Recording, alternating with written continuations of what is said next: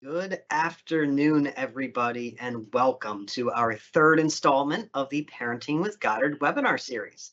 If you missed our first two webinars in the fall, we had one on social emotional learning and one on instilling gratitude in children. Be sure to check out the recordings at goddardschool.com.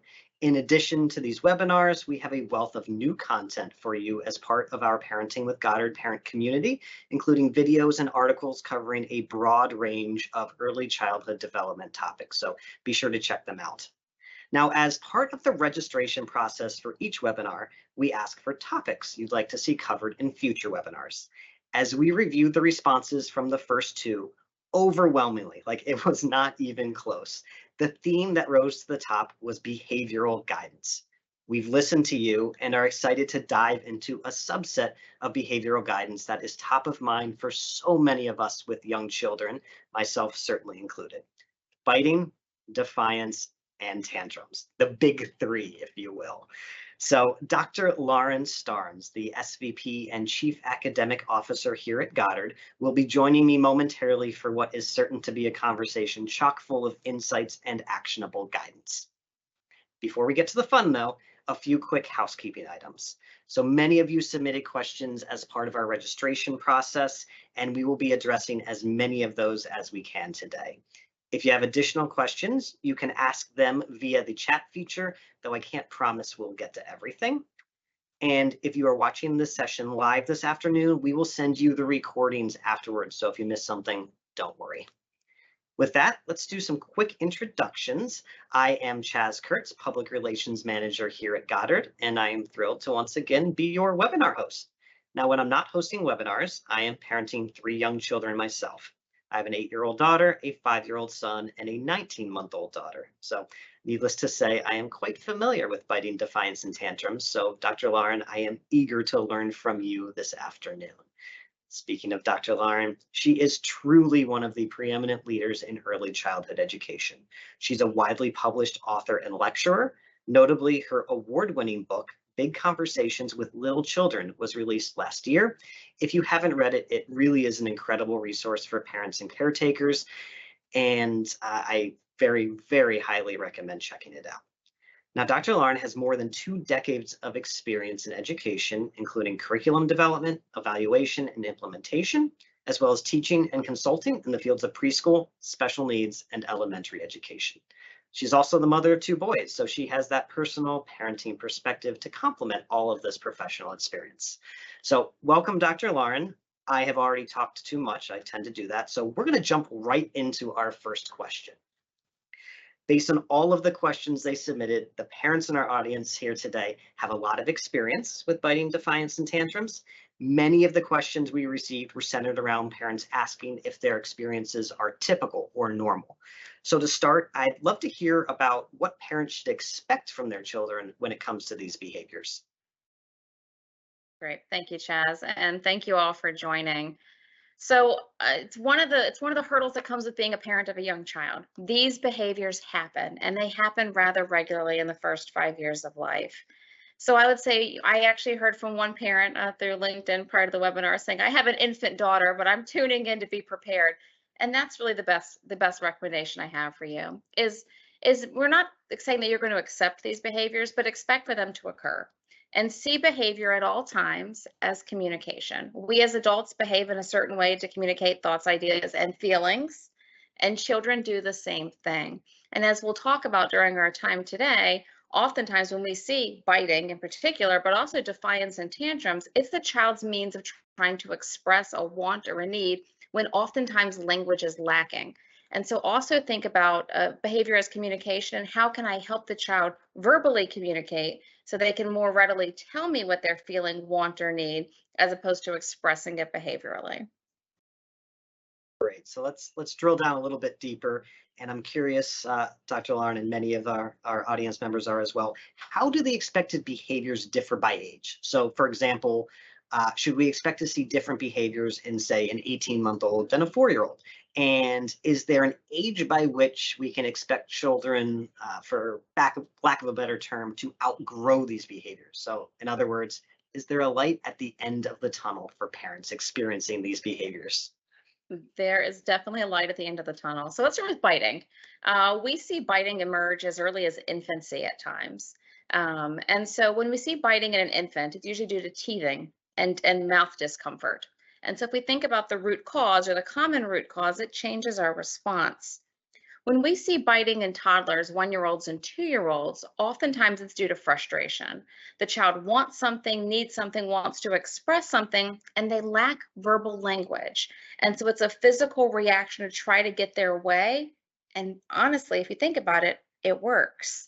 We'll talk more about that in our time together. As we move into 3-year-olds and 4-year-olds, biting becomes an aggressive act, much like pushing another child. It's again a way of kind of expressing a social dominance, and so therefore, again, our reaction to it would be different. We often see biting end or wane after pre-K. So it's rare to see biting continue past age 4 unless there were other extenuating circumstances. Defiance, a little bit different. So as soon as a child begins to master language, as we all know, one of the first words a child masters is the word no. And while we're so excited to hear that word with our infant and our young toddler, we very quickly find that word becomes used perhaps a little bit too frequently in our homes. Defiance in a 1-year-old and a 2-year-old is about expressing independence. It's the child learning that I can say no, I can actually resist, I have control of my body, I have control of my situation. And so if you think about it, defiance for 1 and 2-year-olds is really about independence seeking. As we move into 3 and 4, we will still see defiance, and really it's still about independence seeking, but it's really the child asking for greater control, for greater decision-making capability. And there are ways that we can begin to curb that. Now, defiance is one of those interesting behaviors where often we'll see it begin to wane by the time a child enters kindergarten, but not always. And it really depends a lot upon the personality of the child. You froze for me for a second, but I think you're so. back. So we see tantrums begin to emerge and peak in the 1 to 3-year-old range. And again, it's seeing the behavior as a communication. It's the child's attempt to say that they want something or they don't like that they're being told no to something. And so it's a behavioral reaction. It's an emotional reaction. It's a child's way of saying, I'm overwhelmed and I'm frustrated. And so we see this as a common technique. As the child gains more verbal language and learns that when they're able to verbally communicate to the adults around them and other children around them what their wants and needs are, we see tantrums begin to wane. And frequently we see tantrums resolve prior to the child entering kindergarten or first grade. Great. So that light is certainly there at the end of the tunnel. Hopefully that's reassuring for many of our parents here with us today. Another question we received that I'd be curious to get your thoughts on is whether or not these behaviors are something that children are born with, or if they are learned, if maybe they're nature versus nurture, if you will. Sure. So it's a complex answer because it's actually both. So when young children exert any kind of behaviors, it's usually a response to a social situation. So in that situation, it's somewhat natural as a response. I'm frustrated. I'm not sure what to do. I feel overwhelmed, and therefore I express it with a tantrum or an emotional outburst. But the behaviors can also be reinforced or learned. Biting is one of the best examples of that. So as shocking as it may be for a lot of our attendees, if your child has been the victim of biting, if they have been bitten, they're more likely to bite in future situations. Why? Because they've learned that the behavior works. Someone bit them, they recoiled, they gave the child their way and their space. So in the future, when they're frustrated, they might have learned that behavior works. Tantrums occur naturally. The child is emotionally overwhelmed, they're emotionally frustrated, they react in a certain way, but depending upon the response that they get from the environment around them, can help influence how likely the behavior is to occur again. And we've all seen this happen, perhaps with our own children or with other children. I think of the classic grocery store example. The child walks through the cereal aisle, and all the bright, sugary cereals are down low at child eye level by design. And the child wants them, and the parent tells them no, and the child begins to tantrum.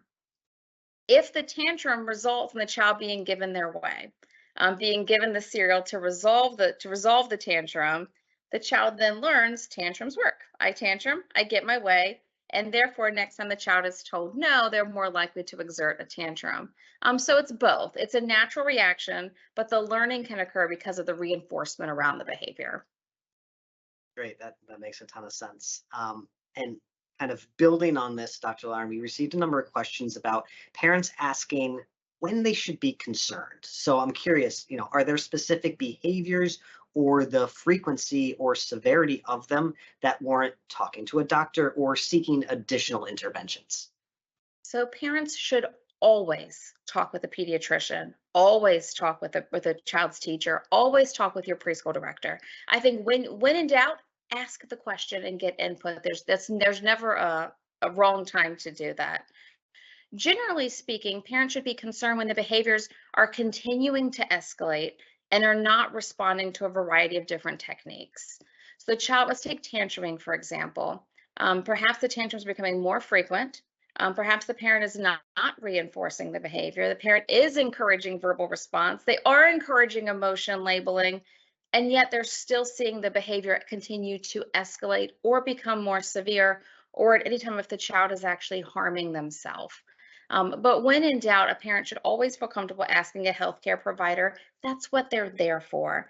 So don't ever feel shame or ashamed to ask the question, even if the response is it's normal, it's going to resolve itself. At least there's the peace of mind in seeking counsel. Makes sense. Now, Dr. Lauren, I'd love to turn our attention a bit to the steps parents can take to address these behaviors. So let's start with biting. Children, as we know, bite. You just told us that. So how should parents respond when their children bite? And maybe how should that response differ by age? Sure. So with any behavior, it's important that we think about the antecedent or what preceded it or what's the likely cause. So if it's an infant that's biting, we know that infants are teething. And so think about it primarily as a sensory response. So the best response would be, first of all, no, just a simple no, to stop the behavior. And then providing the child something else that they can teeth their mouth to give themselves comfort for their gums. Everything from textured teething toys to cold washcloths, even partially frozen washcloths, to give the child different textures to put up against their gums. For a toddler and a 2-year-old who's biting, again, the first response should always be no.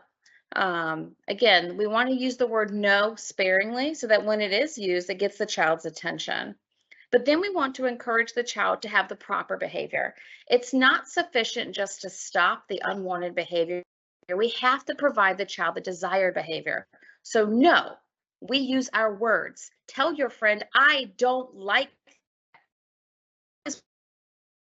Even baby sign, even sign or gestures, no, stop, to give them some kind of way to communicate as opposed to biting. The other important thing is once we've done that, the attention should then be focused upon the victim of biting, if you will. That way, the child that bit realizes I didn't get the attention I wanted. In fact, the child that was hurt is the one getting the attention. So the adult should turn the attention to that child and really make sure the child is okay. Perhaps even involve the toddler or 2-year-old in helping soothe the child. Show them the mark on the arm. That hurts. Let's help our friend and focus the attention on being a helper and being proactive. For a 3-year-old or 4-year-old, biting is typically more of an aggressive behavior. So again, we want to stop the behavior and we want to then help the child find more positive ways of interacting. How can be a nice friend, use our words, share, create space, etc. For defiance, it's a little bit different. So the child is attempting to exert some self-control. The best way to help with defiance is give the child control with limited choices. So perhaps the parent is encouraging the toddler to get dressed or to change their diaper or pull up, and the child says no. The parent can then say, do you want to wear the red shirt or the blue shirt? And give them 2 options where really the outcome doesn't matter. And in most situations, the more defiance the parent is seeing, the more choices the child should be given. No more than 2 or 3 options, but as often as possible. Do you want Cheerios or cornflakes for breakfast? Do you want to wear the red shoes or the blue shoes? Do you want to jump to the car or do you want to skip to the car? Again, simple choices where the child is in control of making the decision and it really doesn't affect the situation necessarily. For tantrums, a little bit different with tantrums. As a parent, there's typically an embarrassment or a shame that happens when the child begins to have an outburst, whether it's in the home or in a public place. It overwhelms us as adults. And what we want to do is counteract the high emotion with low emotion. The best reaction is to begin talking very softly and very slowly. And this will completely baffle the child having the tantrum. Many children will actually pause and look at the adult as if to say, "What are you doing?" But in doing so, we've broken the focus on the emotional outburst. What we never want to do as adults is try to stop the tantrum because the child is already emotionally overwhelmed. If we try to now exert control over it, we're likely to trigger even more emotional outburst. Instead, it's best for the adult to be nearby, be present, but not necessarily to intervene unless the child is harming themselves or in harm's way. The parent might literally sit near the child and begin to label the emotions. "I see that you're very upset. I understand that you did not like that I said no, we could not get the Fruity Pebbles. I'm going to sit right here until you're ready to talk." And then just be present. It gives us time as an adult to take deep breaths ourselves, to recenter ourselves. And the child will frequently exert more volume and more emotion, again, more frustration, and again, just a gentle response. "I know you're upset. I understand. The answer is no. I'll wait right here for you." And again, be within arm's length, be very present for the child, but not necessarily try to intervene. When the child begins to gain emotional composure, then is the time for the adult to offer affection, so perhaps offer a hug or a rub on the back, and then begin to talk to the child and use emotion vocabulary to label. "You were frustrated. I know that you wanted the toy, and I understand that you didn't like that I said no. I said no because," and again, just help the child understand the situation and walk them through it without any kind of punishment. The tantrum is not necessarily about a misbehavior. It's really about being out of control. And it's important at all times that we as adults view the behavior as simply a communication technique, no different than the child telling us something verbally. Wow. That was a lot, Dr. Lauren. Thank you. I feel like, that 5 minutes right there really sums up what we're focused on today. So let me maybe drill deeper into some of the areas that you hit on there, and I can ask some questions that we received. So let's go back to biting. So a parent asks, "My son bites me, but it's when he's excited, and it feels like a love bite. How can I redirect without shutting him down?" Yeah, so it's a good point. If we think about it, the child might see it simply as playing make believe, just like playing puppies. And what do puppies do when they're excited? They bite or they nibble. It's important that the parent explain to the child, "That hurts. Ouch. That hurts. Can you give mom a hug instead?" And give the child something else that they can do. It's important that the parents begin to evaluate where the child might see biting as a play behavior and for the time being eliminate that. The same thing can be true with sock puppets. Are the sock puppets actually mouthing each other? Again, play, but the child might begin to associate that kind of behavior with a playful interaction. So begin to remove those type of interactions from the child's environment for the time being, and when it occurs, simply pause the behavior. Don't scold the child, but say, "Ouch, that hurts." And then give the child another behavior that they could use instead that would show affection that would not cause pain to the adult. Great advice. I think, that gets to the heart of the parent's question, right? Which is making sure the child knows it's not acceptable behavior, but you don't want to shut them down, right? So I think that approach makes a ton of sense. Let me shift direction a little bit here. So we've been focusing really on addressing these behaviors in our own children. But we received a few questions about children who were, for the lack of a better term, the victim of recurring biting or hitting at school. So how should parents handle the situation when their child is the one being hit or being bit? It's very difficult. It's difficult being the parent on either side of the behavior. There's nothing worse than receiving the call from the school that your child has bitten someone or your child has been bitten. It's just behavior as adults that we have a hard time conceptualizing. Again, as difficult as it is, see the behavior as communication. Another child was trying to communicate with your child. It doesn't lessen the emotion that you as an adult likely feel. The best thing to do is then at that point talk with the teacher and talk with the leadership of your child's school and get an understanding how, what happened and how is this going to be handled in the future. The other thing that you can do with your own child is help them gain the verbal language that they need to self advocate. I am not blaming the victim by any means, but help the child learn to say, no, I don't like that, or say, no, don't bite me, or whatever it may be, giving them the verbal language. Because what we don't want young children to learn is, okay, I was physically harmed and I'm going to respond back with physical harm. As I mentioned earlier, children who are bitten are far more likely to bite at future situations. The way we curb that is by helping them have language to use instead. Very simple language. But reminding the child about being a good friend, being a nice friend, but also self-advocating. I don't like that. To encourage them to tell a teacher, and giving them obviously the care and concern for any kind of harm that was caused to their body. If it continues to happen, again, partner with the child's school, partner with your director or or the school ownership, and create a plan to make sure that all children are kept safe and feel safe in their classroom environment. Great guidance. I want to return a bit to tantruming. We received a lot of questions on tantruming, so I want to dive a bit deeper into a few of those. And earlier, when we were talking about tantruming, you mentioned, Dr. Lauren, the importance of essentially letting a child get it out on their own and not interfering too much. So I'm curious, at what stage is parental interference or engagement warranted? Is it when the child's hurting other people, hurting themselves? Or I guess from a parent's perspective, when do you know when they've essentially crossed that line from let them do their thing to, okay, now I need to intervene? And along those lines as well, how can we help the children redirect their angry energy and ultimately diffuse these situations when they are so upset? Sure. So we know tantrums can take anywhere from 1 to 10 minutes time for the child to work through the emotions. It's important as an adult that we scan the environment.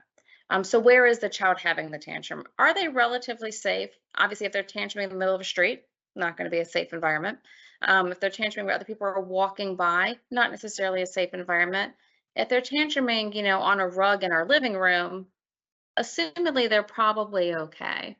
So just a quick safety screen. If the child is not safe, the parent could certainly say, I need you to please, move to this area. If the child can't, it is okay for the parent to physically move the child if they are physically unsafe in that environment. The same would occur if they were near other children.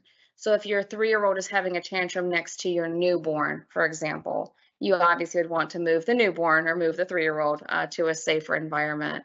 But once they're in a place where they can have space, it's important to let them work through the emotions. And that will take them a period of time. Again, as an adult, we just want to stay nearby, continue to verbally and calmly talk to the child so they know that they're not by themselves, they're not being abandoned, and walk them through it.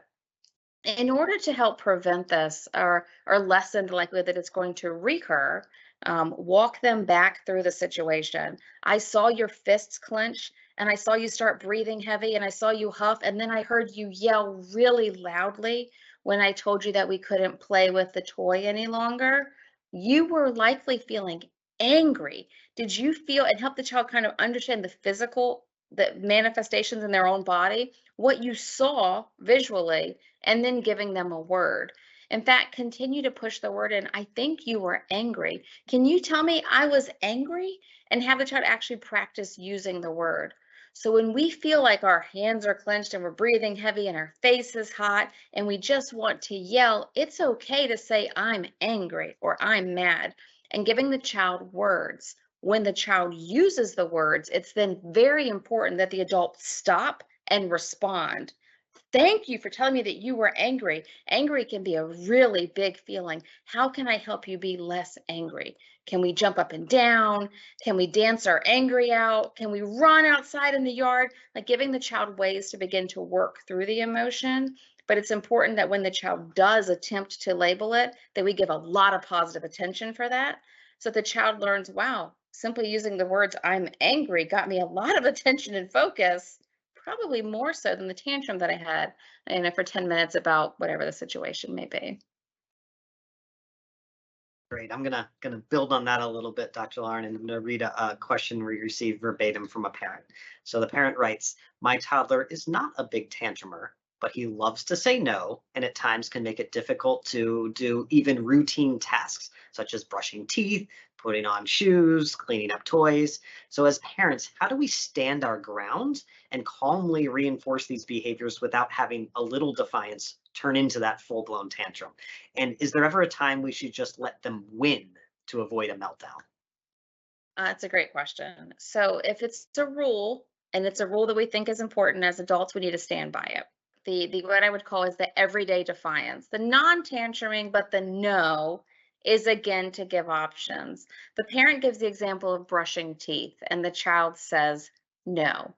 The parent can say, "Do you want to brush your teeth or do you want me to brush your teeth?" And give the child the choice. The child is going to most likely choose control, brushing their own teeth. It also can be a changing the order. Do you want to brush your teeth with your dinosaur toothbrush or do you want to brush your teeth with your rocket ship toothbrush? Again, as a parent, we don't really care which one the child chooses, but the child now has control. It also could be order of events. Do you want to put your shoes on and then brush your teeth? Or do you want to brush your teeth and then put your shoes on? Again, just giving the child some control in that situation. You also, as a parent, can think about gamifying the behavior. And what I mean by that is, okay, I need the child to brush the teeth. So say, do you think you can brush your teeth before I can count to 30? 1, 2, and now it's a competition. And a lot of young children will rise to that, and they're going to jump on the opportunity to do that. Or I'm going to close my eyes and count to 10. And I bet when I open them, you are going to have your shoes on. And just making something into a game, because then it's not about a power dynamic. Then the child has the full attention of the parent, and now it's fun. And now compliance actually makes the situation even more fun. And so thinking about ways to de-escalate the frustration and turn it into something that's more positive, and the child will learn then that compliance with those simple requests is easier when they participate, and they oftentimes can gain control by making those simple choices. Love it. Choices and gamification, the tools that we need, that every parent needs. That's great guidance, Dr. Lauren. Um, let me move on a bit to routines. So routines we know are so very important for young children and for parents too. They're important for everybody. And a parent writes about when their routines are disruptive, how disruptive it can be for the child. So the parent wanted to know how to navigate when a child is very dependent on those routines and is either defiant or tantrums when something changes, when they're out of that routine that they're so used to. It's a good question. The reason why routines are so important for young children is because they lack a sense of time. And if you think about a young child's world, their world is driven by adults in a time frame that they don't necessarily understand. So instead, the child learns, wake up, clothes, breakfast, brush teeth, shoot, whatever it may be. They learn the order of events. And that reliance upon order of events gives the child control and a sense of expectation. I know what's coming next. Just like many of us as adults don't like to be surprised, a lot of children don't like to be surprised. And when there are changes in their routine, it comes to the child as a surprise or a disruption. That being said, as we all know, life isn't always predictable. And there are times when there will be a change in the child's routine. Grandma's here to visit, we're going on vacation, daylight savings time, whatever it may be. The important thing is giving the child an expectation. Tomorrow, grandma's going to be here. So dad's not going to wake you up, grandma's going to wake you up, and helping the child know what comes next and understand what is going to be different, walking them through it verbally. Some young children do well with a picture schedule, kind of pictures of what's going to happen in their environment, but telling the child what to expect, having the child tell it back, And if the child's older, 3, 4, 5 years of age, even asking the child, is there something that we can do to make that easier? And giving the child some choice and some control and how to perhaps prepare for what may be different. So maybe that means picking out our clothes tomorrow tonight. Maybe that means going ahead and deciding now what cereal we want in the morning. Maybe that means having an extra teddy bear in our bed because that's going to make the morning a little easier for us as well. Whatever it may be, giving the child some control, expectation first, and then control over how to soften the emotions that may come with the unexpected but now expected changes in routine. Great. I think that's great because, as important as routines are, we can't follow them 100% of the time. So making sure we have a plan in place for when we're out of those routines is so very helpful. So, Dr. Lauren, I now want to turn to the topic of children who aren't feeling well. So, we received a lot of questions on this topic, and I'll summarize these by asking two here. So, the first one is, how can parents tell the difference between a tantrum and just acting out because they aren't feeling well or they're in pain or discomfort? And when children are acting out because they don't feel well, what guidance do you have for parents in these more sensitive situations? Should they be acting differently than they would be if the child was fully healthy? Sure. So it's actually a whole chapter I have in my book about helping young children deal with illness because it's difficult. It's a difficult topic to discuss with young children, and children have a lot of questions about it. So we want to have empathy for the idea that even when we as adults don't feel well, we're a bit more cranky. We're a bit more on edge. Um, that being said, it's important to help the child understand. I know you are not feeling well, but and kind of helping them then have a little bit more perspective for what's happening around them. It also may mean giving them a little bit more time to make choices, spending even more time labeling emotions, and also encouraging the child again to self advocate. Tell me when you are not feeling well. Tell me if you need extra hugs. Tell me if you'd like, another blanket, whatever it may be. But helping the child also find the words to ask for additional comforts or additional supports, whether that's behavior or whether that's physical. But again, when it comes to talking about illness specifically with children, I do recommend the chapter in my book that talks about that because that is a very big topic for children and can be hard to understand at a young age.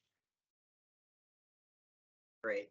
Now, Dr. Lauren, before we close, I want to shift a little bit. We've been focused on what parents can do to parent their children. But let's focus a little bit on parents and maybe the impact this has on them specifically. So, first question is, and this is an interesting one. How do you get family members, so maybe both parents and caregivers, on the same page? And how damaging is a lack of consistency in dealing with situations from parent to parent? Sure. So again, behavior is communication. And if children learn that certain behaviors get certain things, they will continue those behaviors. Any inconsistency from adults and adult caregivers will oftentimes lead young children to show a heightened rate of those behaviors because it works sometimes. It's called intermittent reinforcement, but not others. So maybe I need to do it more to get my way. It's important that adults, and whether those are, two parents in the home, parents in separate homes, whether that's babysitters, grandparents, etc., to talk together and decide what are the rules that we want to have. When the child exerts certain behaviors, what is the response going to be? And trying to find some alignment of how they're going to handle certain behaviors so the child can understand that when I react this way, the response I'm going to get from the adults around me is consistent. That's the best approach. When that's not possible, at least saying within a single household and within the single caregiving adult, that adult needs to be consistent. That way the child at least knows that when I behave this way with dad, I can expect that dad is going to react in a given way. Even if that might be different in mom's household or with another parent, another caregiver. But consistency as much as possible, alignment as much as possible, and then just making sure that whatever the adult believes is the behavioral response to the child, that they reinforce it in the same way every single time as much as possible. And Dr. Lauren, even when everyone is on the same page, I think we can all agree that parenting can be exhausting, especially so when a child is exhibiting these behaviors that we have been discussing here today. So a parent asked this question. I'll read it verbatim. How do I keep from getting to that point where I have lost my patience and I'm yelling at them just to get their attention or do what I ask them to do? It is important that we model the same behaviors that we want children to show us. It's important that we as parents do not see child behavior as a judgment upon us. Children are behaving in a way to communicate in a given way. And so when we're feeling frustrated as parents, just like we want the child to not tantrum and to use their words, we as adults should take a deep breath, find a calm, and also use our words. When you continue to yell that you don't want to put your shoes on, it makes me feel angry. And again, just by de escalating, talking slowly, and verbally expressing ourselves, not only are you more likely to get through to your child, you're also going to find a calm and a peace in yourself in that you're de escalating your own behavior. It's also perfectly fine as a parent to say to your child, I am very frustrated. I need to walk away for a minute, and actually exiting the situation or the environment for a few moments. Oftentimes, for young children, that will also capture their attention. Like, wow, I wanted mom and dad's attention, but my behavior actually made them leave the room. I didn't get attention at all. Some young children will then go seek out the parent to then either apologize or to attempt to make amends in a very childlike fashion.